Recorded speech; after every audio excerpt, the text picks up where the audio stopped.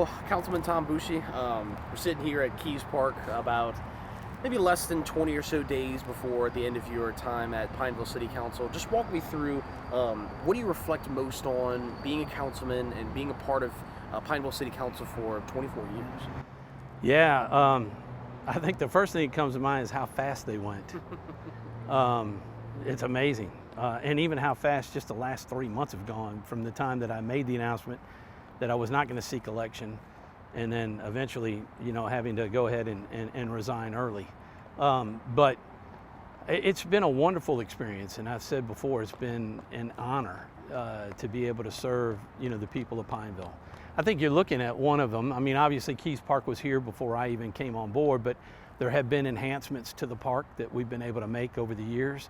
Behind me, you've got the water, splash pad in the back that gets used tremendously. My grandson, we brought him out to use it, and we actually brought our granddaughter out this year too. And just to watch the kids have fun in that, and being about the community and making it a great place to call home, which was a slogan that came up during Clarence Field's term as mayor, which was a long one. So I mean, just things like that. I think we've made some really nice improvements over the 24 years, and I'm just glad to be a little part of that.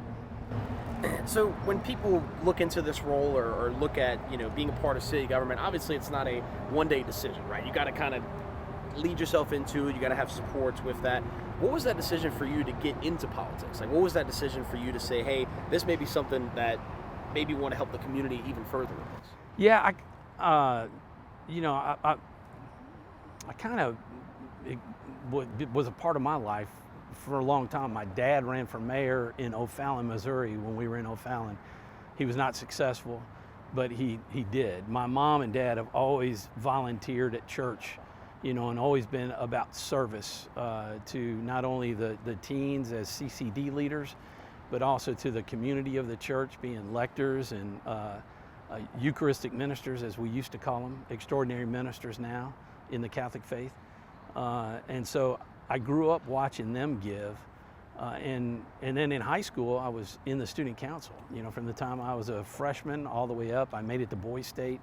I was honored to have that appointment to be able to go to Boys State, one of the 2 senior boys to be able to go. And that kind of it lit the pilot light, so to speak, of wanting it in. And there was a part of me that maybe wanted to extend it a little bit further than city council. But this was rewarding, and I didn't see the need to go any further than here, up to this point. Talk to me about kind of the leadership that was instilled from your mom.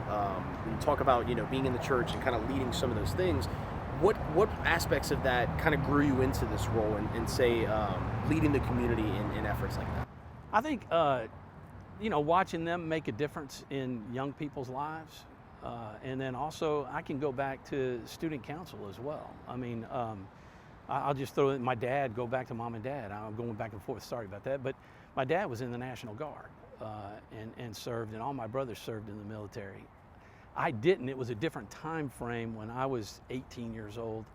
And I did not go into the military, but there's other ways to serve. And city council was one of them, and just being involved as well as in the church. I was highly involved at Sacred Heart Church for all the same time that I was, on city council as well. But I think you can make a difference. And I look back, and when you're sitting in school, in high school, and saying, hey, can I make a difference in high school? One of the things, when I was elected president of the student council, we were about to lose our homecoming parade, because there was a lot of mischief that occurred the year before between the juniors and the seniors and the floats. And we created, myself and our team, vice president, secretary treasurer, our leader, Patsy Coleman, we developed an opportunity and convinced the principal to let us have the homecoming, but we had to build the floats the day of the parade. So that morning they brought them in, and you organized each class so that you could take one class off and go out and build your float. And it worked. And it was a tradition for a while. I don't think they're still doing it, but it was a way to save it. And I think some of that, is like, okay, you can make a difference. I've learned a lot. You know, it took a while on the council, being elected back in '02. There's a lot to learn, but I think we have made a difference here in Pineville, and there's more to do. And I know that the council and the mayor will keep that going. You kind of alluded to it, and we kind of talked about it, at least in the beginning of it, serving on Pineville Council since 2002. How would you describe being a part of the council throughout the years, seeing different council people, seeing different mayors in office, and kind of really shifting how Pineville looked over the years? Well, yeah, a lot of change. When we came in '02, Pineville was dry. It was also not really growing. One of the things that Mayor Fields did, opened it up to business and opened it up to developers to come in, and our council, Joe Bishop was on that. He was District 1 councilman. Carol Van Mall was on it at the time. Randy King was District 5, and unfortunately he passed away early in that first term. And then Kevin Dorn had been on there. Actually, Kevin outranked me in terms of tenure by about a year. But we all came together and worked hard on opening up Pineville, and the number of subdivisions that came open. And then you just look up and down Highway 28 East and then out 165 with the restaurants and the other businesses. You got TJ Maxx coming in now.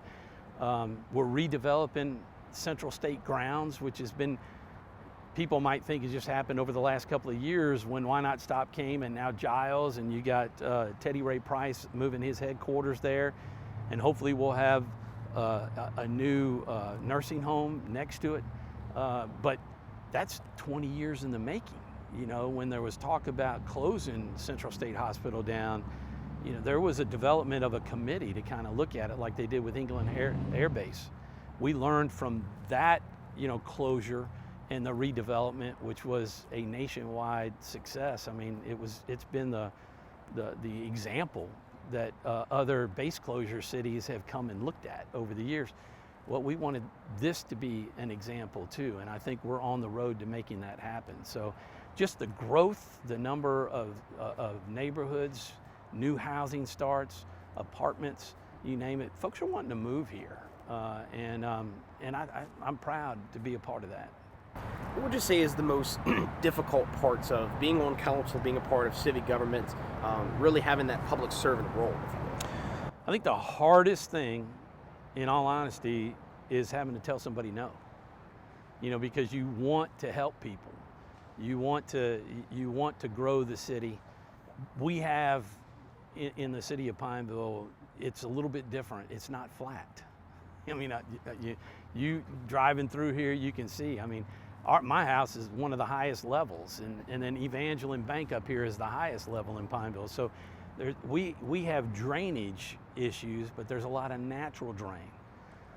And unfortunately, if you live at the bottom of a hill in the natural drain, sometimes that can erode some land and on its way down, but that's all private property. And so I think that was one of the first things that occurred when I first got elected, was we had a drainage issue in my neighborhood, and they needed help. But you can't spend tax dollars on private property. And so I think, to me, that is one of the hardest things, you know, to have to do, is tell somebody no. First of all, they don't like to hear it. You know, they're taxpayers, and why can't you help? But you're not going to go to jail, you know, for spending tax money on private property. And then I guess learning how to deal with, you know, getting state money, getting federal money, and all the paperwork that goes into it. A lot of different facets coming in. Yeah, and bringing all that together. That's one of the learning processes when you come into city government. Things don't move fast, you know, not as fast as you'd like for them to move. And one final thing for you, when you look back on all the 24 years that you were here, when you look at the accomplishments, when you look at things that you maybe wish you could have done better, what do you reflect on most, and what do you hope to see the future as for the city? Continued growth for the city. Certainly would like to see more restaurants come in, a variety, you know, of restaurants. You know, still waiting for that one chain restaurant to come. We thought it would happen automatically, and heck, it might have been 8-9 years ago already. I lose track of time of when the citizens, all of the citizens of Pineville voted to change the ordinance for, for alcohol. And it has, one of the nice things about that is it hasn't materialized into some of the naysayers that were in it, of how bad it was gonna, hurt the city. Instead, the tax revenue that came out of people shopping in the grocery stores and not going over to another town to shop, they stayed here, and we saw the tax revenue grow. I think the most important thing for me, though, and what I'm proud of, is I'm proud of everybody as a whole on the council. I think in the 24 years I've been on the council, we've had wonderful working relationships with everybody. And all of us generally get along and generally care for each other, and we generally care about the citizens. And that was one of the things I always told my fellow council people was, if you ever see me doing things for me and my decisions based on how it will affect me, ask me to leave, because it should always be a servant's role, not just a political one to get reelected. Make the hard decisions, even though somebody might get mad and run against you. Heck, I've always been one, everybody should run. I wish we had, people, four or five people running for each election, and not just leaving it to one person. That's one thing I would encourage everybody in the city, go to the city council meetings, get involved. There are committees where people can get involved. You can learn, how things work. You got zoning committees, other areas that the city needs help. And we need input from the community, and not just negativity on social media.